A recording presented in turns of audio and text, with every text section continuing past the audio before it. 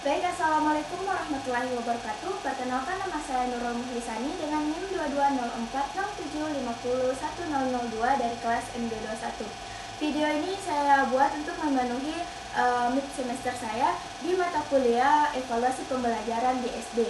Nah, langsung saja. Nomor 1, apa perbedaan pengukuran, penilaian, tes, dan evaluasi, dan berikan contohnya. Jadi, pengukuran adalah proses pemberian angka-angka atau label kepada unit analisis untuk mempresentasikan atribut-atribut konsep. Yang kedua itu penilaian atau asesmen, ialah penerapan berbagai cara dan penggunaan berbagai alat penilaian untuk memperoleh informasi tentang sejauh mana sih hasil belajar peserta didik atau ketercapaian yang telah peserta didik capai. Terus tes itu adalah suatu alat untuk melihat perubahan kemampuan dan tingkah laku siswa setelah ia menerima pembelajaran. Contohnya itu bisa diberikan soal uraian atau pilihan ganda. Terus terakhir itu evaluasi. Evaluasi itu berasal dari kata value yang berarti nilai, yang memberikan proses pertimbangan mengenai kualitas diri manusia yang diukur. Mungkin contohnya saya akan simpan sini. Terus nomor 2, jelaskan prinsip-prinsip evaluasi. Prinsip-prinsip evaluasi itu yang pertama itu kontinuitas, yaitu pembelajaran merupakan proses yang kontinu, maka evaluasi pun juga harus sama, yang harus senantiasa dihubungkan dengan hasil-hasil pada waktu sebelumnya. Terus yang kedua itu komprehensif, yaitu mengawasi tidak hanya satu aspek saja, tetapi seluruh aspek kepribadian peserta itu harus dievaluasi juga, baik yang menyangkut kognitif, afektif maupun psikomotoriknya. Terus yang ketiga itu adil dan objektif. Evaluasi itu harus didasarkan atas kenyataan, data, dan fakta yang sebenarnya dan bukan hasil memanipulasi ataupun rekayasa. Terus yang keempat itu kooperatif, yang dimana pendidik harus bekerjasama dengan semua pihak. Hal itu dimaksudkan untuk semua pihak merasa puas dan hasil evaluasi pun bagus dan mereka merasa dihargai. Terus yang kelima itu praktis, yang mengandung arti mudah digunakan baik oleh pendidik itu sendiri yang menyusun alat evaluasi maupun orang lain yang akan menggunakan alat evaluasi tersebut. Terus nomor 3, sebutkan dan jelaskan jenis-jenis evaluasi dalam pembelajaran. Jenis-jenis evaluasi dalam pembelajaran ada yang namanya evaluasi formatif, yang dimana evaluasi yang ditujukan untuk memperbaiki proses belajar mengajar dan wajib dilaksanakan oleh guru setelah selesai mengerjakan satu unit pengajaran tertentu. Yang kedua itu evaluasi sumatif, ialah evaluasi yang ditujukan untuk keperluan penentuan angka kemajuan atau hasil belajar siswa. Terus yang ketiga itu evaluasi penempatan, di mana evaluasi yang ditujukan itu untuk menempatkan siswa dalam situasi belajar atau program yang pendidikan yang sesuai dengan kemampuannya. Terus soal nomor 4 itu jelaskan perbedaan evaluasi formatif, sumatif, dan diagnostik. Nah, evaluasi formatif itu tujuannya untuk memperbaiki PBM, yang dimana dilaksanakan setelah selesai mengerjakan suatu unit pengajaran tertentu. Terus pelaksanaannya itu dilakukan 2-4 kali dalam satu semester, dan langkah atau bahannya itu dikatakan sempit, serta objeknya itu hanya terdapat pada aspek perilaku saja. Terus bobot atau kadar nilainya itu rendah. Nah, pada evaluasi sumatif sendiri itu tujuannya untuk mengetahui hasil atau tingkat kemajuan belajar siswa. Nah, sumatif itu dilakukan setelah mengerjakan seluruh unit pengajaran yang menjadi porsi sesuatu semester. Nah, frekuensinya itu dilakukan dalam satu kali per semester. Nah, lingkup atau skup bahannya itu termasuk luas dan objeknya itu meliputi berbagai aspek perilaku. Nah, bobot dan kadar nilainya itu dikatakan tinggi dan dan selanjutnya itu evaluasi diagnostik. digunakan pada awal pembelajaran yang mengingat kita harus mengetahui kompetensi peserta didik, terus frekuensi pelaksanaan bisa dilakukan 2 minggu atau per bulan atau triwulan atau bahkan per semester.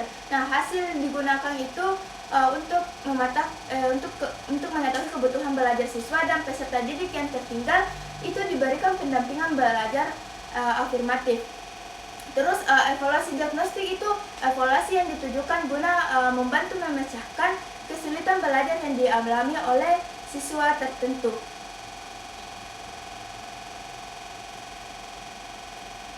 Nomor 5, jelaskan tujuan evaluasi. Tujuan evaluasi itu ada keep track untuk mengevaluasi dan melacak proses belajar peserta didik. Yang kedua itu checking up, yaitu mengecek ketercapaian kemampuan peserta didik dalam proses belajar. Yang ketiga itu finding out, yaitu untuk mencari, menemukan atau bahkan mendeteksi kekurangan peserta didik. Dan yang keempat itu summing up, yang menyimpulkan tingkat penggunaan peserta didik terhadap kompetensi yang telah ditetapkan. Baik, pada nomor 6 itu jelaskan sasaran evaluasi. Sasaran evaluasi pembelajaran adalah aspek-aspek yang terkandung dalam kegiatan pembelajaran. Yang pertama itu harus ada tujuan pembelajarannya. Yang kedua itu unsur dinamis pembelajarannya itu dapat disebut juga dengan sumber belajar. Terus yang ketiga itu pelaksanaan pembelajaran dapat diartikan sebagai interaksi antar sumber belajar dengan peserta didik. Terus dan yang keempat itu harus ada kurikulum dalam kurikulum. Nah, dalam hal ini tuh kurikulum dipandang sebagai rencana tertulis yaitu seperangkat komponen pembelajaran yang diuraikan secara tertulis pada buku. Baik, untuk nomor 7, jelaskan fungsi evaluasi pembelajaran bagi pendidik dan bagi siswa. Nah, untuk yang pertama itu untuk mengukur kemajuan dan perkembangan peserta didik setelah melakukan kegiatan belajar mengajar selama jangka waktu tertentu. Yang kedua itu untuk mengukur sampai di mana sih itu keberhasilan sistem pengajaran yang digunakan. Terus yang ketiga itu sebagai bahan pertimbangan dalam melakukan perbaikan proses belajar mengajar. Terus nomor 8 itu jelaskan klasifikasi evaluasi menurut fungsinya. Klasifikasi itu menurut fungsinya itu bertujuan untuk memenuhi kebutuhan psikologis, didaktif, dan administrasi. Nah, psikologis itu untuk kerangka acuan yang melangkah menuju tujuan pendidikan. Yang kedua itu didaktif untuk memotivasi belajar kepada peserta didik yang memberikan pertimbangan pemberian bahan pengajaran, metode pengajaran dan bimbingan khusus kepada peserta didik. Terus yang terakhir itu administratif untuk pengisian buku rapor dan tentang ketentuan kenaikan kelasnya.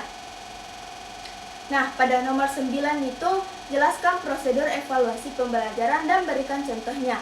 Prosedur itu dapat dikatakan sebagai langkah-langkah pokok yang harus ditempuh dengan kegiatan evaluasi. Yang pertama itu membuat perencanaan, yang meliputi itu menyusun kisi-kisi dan uji coba. Yang kedua itu mengumpulkan data, ketiga itu mengolah data, keempat itu menafsirkan data, dan yang kelima itu menyusun laporan. Nah, kita bahas pada menyusun kisi-kisi. Kisi-kisi itu adalah suatu format berisi komponen untuk memetakan soal dari berbagai topik.